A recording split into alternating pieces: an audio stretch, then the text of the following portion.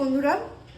তো আগের দিন বেগুন পোড়া খেয়ে প্রচণ্ডভাবে স্বাদ পেয়ে গেছি, সেই কারণে আজকে আবার বেগুন পোড়া বানিয়ে নিয়েছি। বেগুন পোড়ার সাথে আজকে আরও কিছু জিনিস অ্যাড করেছি, যেটা হচ্ছে টমেটো পোড়া, একটু লঙ্কা পুড়িয়ে নিয়েছি, আর একটু রসুন আর ধনেপাতা পেঁয়াজ কুচি যেটা আছে, আর যেমন ছিল তেমনই কাঁচা।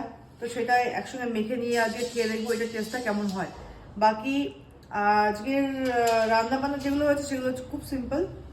চিংড়ি মাছ একটু পেঁয়াজ আর রসুন দিয়ে হালকা করে একটু ফ্রাই করে নিয়েছি, ডাল রয়েছে, আর রয়েছে আলু, আর এটা কি বলে পেঁয়াজ কলি ভাজা, আর স্যালাড যেটা রয়েছে সেটা তো আমাদের সবসময় এটা ইম্পর্টেন্ট জিনিস একটা খাবারের মধ্যে।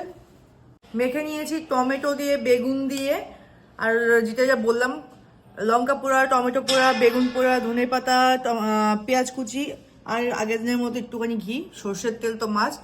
তো মেখে নিয়েছি, এটা খেয়ে এবার টেস্ট করে দেখবো, যদি এটা বেশি ভালো লাগে তো এরপর থেকে এটাই খাবো। ও তার সাথে আরেক জিনিস ছিল, যেটা হচ্ছে রসুন, 2 কোয়া রসুন পোড়া এর মধ্যে দিয়ে দিয়েছি।